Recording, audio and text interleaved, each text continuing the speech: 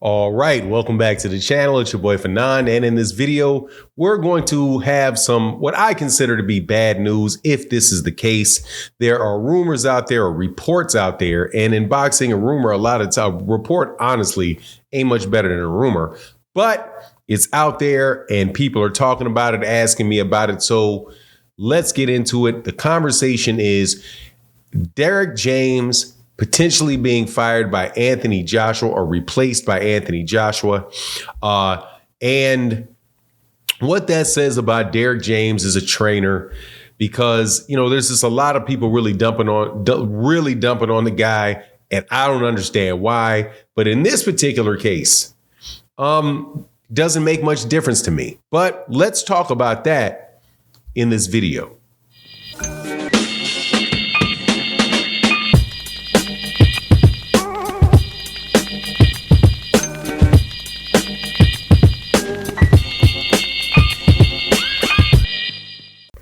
All right, welcome back to the channel. It's your boy Fanon, and in this video, we're going to talk about the heavyweight division. One of the best heavyweights in the world, Anthony Joshua, according to reports that are coming out, which, a lot of reports come out about a lot of things. However, people are saying that Anthony Joshua will be firing, or if he has not already done so, Derrick James, and switching trainers. This on the tail end of not the best streak in the world. Well, a great streak financially for Derrick James, but as far as the outcomes went, never really broke the odds in the fights that he had over the last 4 or 5 months. And he's getting a lot of backlash and a lot of pushback from boxing fans who are claiming that he's not a good trainer, which in my opinion is absolutely positively foolishness. With this Anthony Joshua thing, though, if this is true, this is something that you could see coming because Anthony Joshua has done the same thing to multiple trainers. So some people just play trainer hopscotch, and Anthony Joshua has been doing that over the last couple years, searching for a magic bullet to get his career back on track. Now, before I get into the details of it, let me welcome you back to the channel. If you are new to the channel, please accept my invitation to hit the subscribe button, hit the bell icon so you can be notified of when we release more videos. And if you're a longtime subscriber and supporter of the channel, thank you so much for your continued support. And thank you to everybody that supports, and the super thanks. Thank you. And comes by the live streams that we do in the mornings. Your presence is greatly, greatly appreciated. But let's get into this because it is it's interesting to me that, number one, there's people that are saying that Anthony Joshua, and I think that a lot of this comes from the fact that Anthony Joshua went and worked out with a trainer named Ben Davidson. If you're not familiar with who Ben Davidson is a trainer that kind of a young guy out of the UK, took over the training of Tyson Fury. And I do believe that he trained Tyson Fury for the first Deontay Wilder fight that wound up being a draw. Tyson Fury then let go of Ben Davidson, and Ben Davidson and then hired Sugar Hill, the nephew of Emmanuel Stewart, out of Crunk Gym, and who has been training him ever since. Ben Davidson is the former trainer also, or at least he was in the corner. I don't think I've seen him in there recently because I don't think he can get in the United States, or at least that's what the word is. But he was in the corner of Devin Haney for several fights, working with Devin Haney for several fights. And he's a respected trainer, out of the UK. So there were pictures of Anthony Joshua near the gym or in the gym working with Ben Davidson. And also you had rumors that Errol Spence Jr. Was in the UK working out with Ben Davidson as well. And that's a lot of where the conversations about Errol Spence Jr. firing Derrick James came from. So that's the rumor, right? Or that's the report. So whatever the case is, though, this is not something that really should come as a surprise, because this is, I do believe, Derrick James worked with Rod McCracken, who he was with for a very long time. Then after he lost, I do believe he lost the first Alexander Usyk fight. Then he let go of Rod McCracken. And then he brought in Robert Garcia. And then when he brought in Robert Garcia, he was with Robert Garcia and they lost that second fight with Alexander Usyk. And then he went to Derek James and he won the first fight with Jermaine Franklin.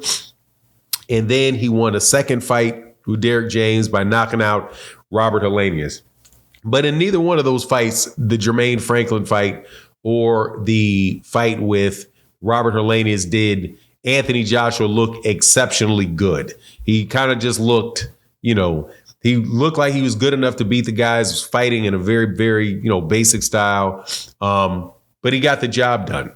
The idea that he would not move on to another coach, though, and without it being a fault of Derek James, but just moving on to a different coach to do exactly what Anthony Joshua said he wanted to do, which was get more experience, deal with different coaches, see what different people have to teach you. That type of approach, it just seems like what Anthony Joshua is on. However, a lot of people are taking this, or what takes the potential of this, as being some indictment on Derek James. And I'm going to continue to say that, look, man, people are just really, really fickle.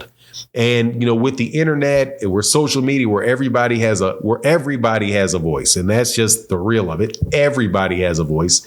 Everybody can put out a tweet. Everybody can put out a YouTube video. Everybody can put out an Instagram post or respond on people's posts.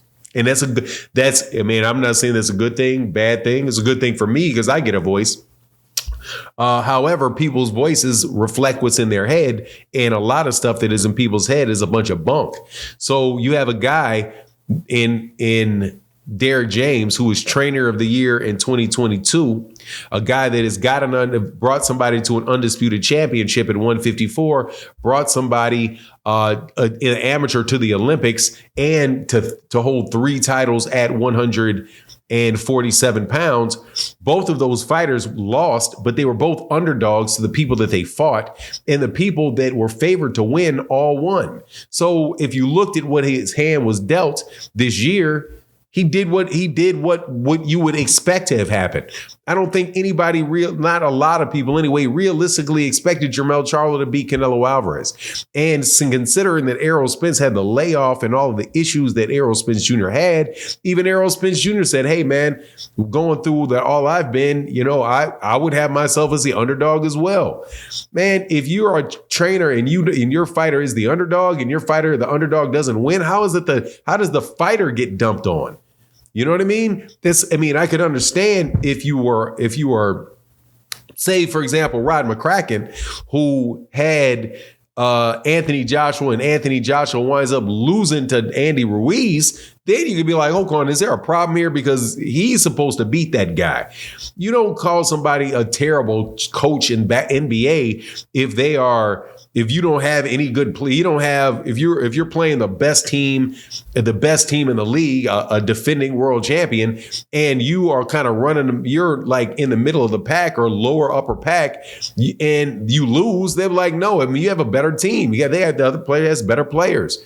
But that's just not how it goes sometimes in boxing, and people want to dump on them. But personally, other than Derek James and whatever type of issue Derek James would have with it, or how it would affect his life, which I feel for and wish nothing for the best for him, honestly, man, it's going to give me a reason not to have to support Anthony Joshua, because Anthony Joshua's out here ducking Deontay Wilder anyway. So whatever, man. If you're going to leave, just leave the U.S. I'm just more thing that I'm interested in with Anthony Joshua is his promoter, Eddie Hearn, and how he continues to avoid a fight with Deontay Wilder. But anyway, that's my take on the matter. Please let me know what you think in the comment section. And with that, I'm out. Peace.